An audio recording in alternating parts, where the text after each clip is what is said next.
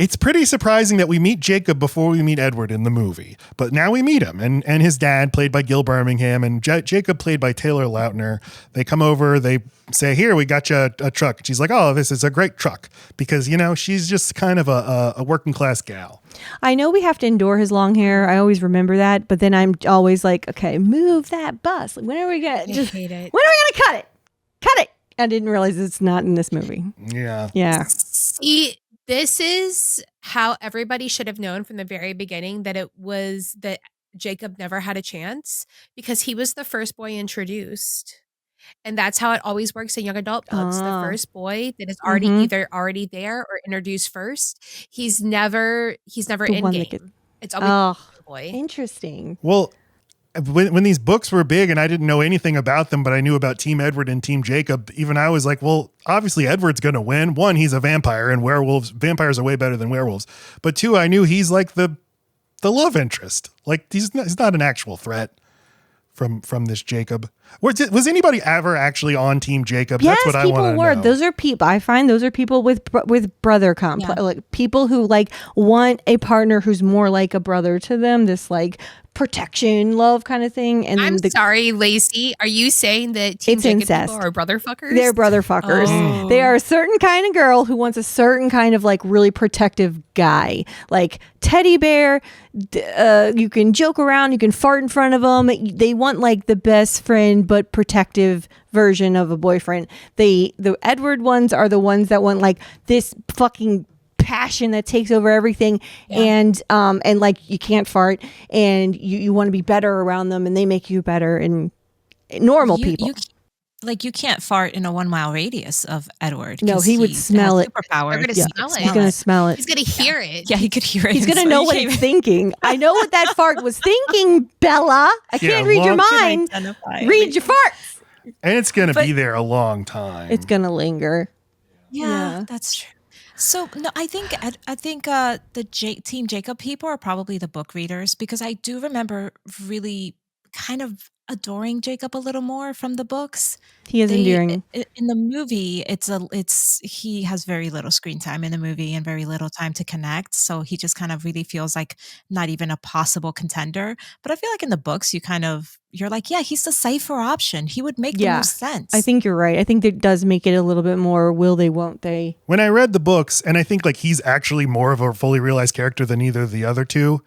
And that's why I thought you really get to know this guy. He seems like he has stuff going on in his head where Edward is an empty vessel.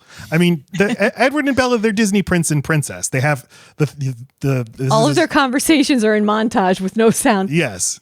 I love the scene where they start having their let's really get to know each other, and you don't hear it. I'm relieved I can't hear it. But like, look at them. They're building their rapport. That's great. I don't want to hear it. You like stuff? I like stuff too. Soup? See, my opinion of Edward totally changed when Rose and I did Midnight Sun. Mm-hmm. Like, that is Twilight from Edward's point of view. Oh. Listen, the inside of Edward's head is not empty. It's dark as fuck. So it's not just the word duh for 200 pages? Well, and to be fair, Stephanie Meyer, I believe, wrote Midnight Sun as a way to redeem herself. Like she heard all the criticisms of Edward, and she essentially wrote in reasons, like retroactively, like, oh yeah, well the reason he was spying on her was because of this, like the reason he did this was because of that, right? And when you're in it makes sense. You're like, yeah, I'm with him. He went through the plague. Always people die in their sleep all the time. He's got to be there to vampire her in case she's dying in her sleep. Always a good sign when the writer's like, listen, I'll have to write another book so you can understand my old book. No, totally, this all makes sense, don't worry about it.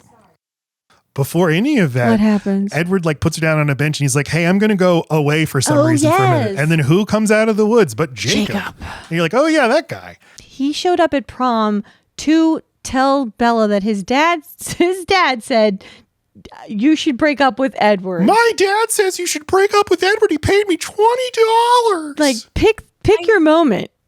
This is not it. really like the way Taylor Lautner plays Jacob because he plays him perfectly. He's just kind of like, hey, I'm like kind of this side character and I have information and exposition to drop, but I'm not really sure about any of this. Like, I know it sounds weird and I recognize that. 'Cause even when he's telling her that, he's kind of laughing. Like, my dad says, stay away from Edward. Old men are weird. Right. You know, right. like, Yeah, but now I have $20. I'm going to go to the gas station and get some Surge. Okay. Sorry, I don't remember. Is this scene in the book? Does he do this in the book?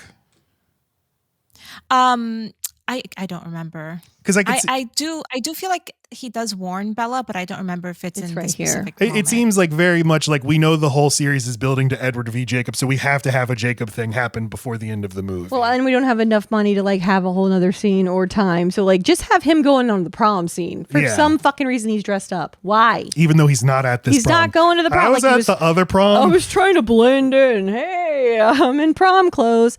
All right. Oh God, but then they're walking away and Edward's like, goodbye, Jacob. And then he says to Bella, I leave you alone for 2 minutes and the wolves descend. But they go into prom and Bella's like, this prom is there's too much dancing and stuff. And he says, the prom is an important rite of passage. I don't want you to miss anything. It's so gross. It is gross. It's like and he would know, right? Because let's think about this. Edward has been to hundreds of proms at this point. You're telling me he didn't have a date every single time? No, this guy's been fucking for 100 years. He got just bored of constantly. Yes.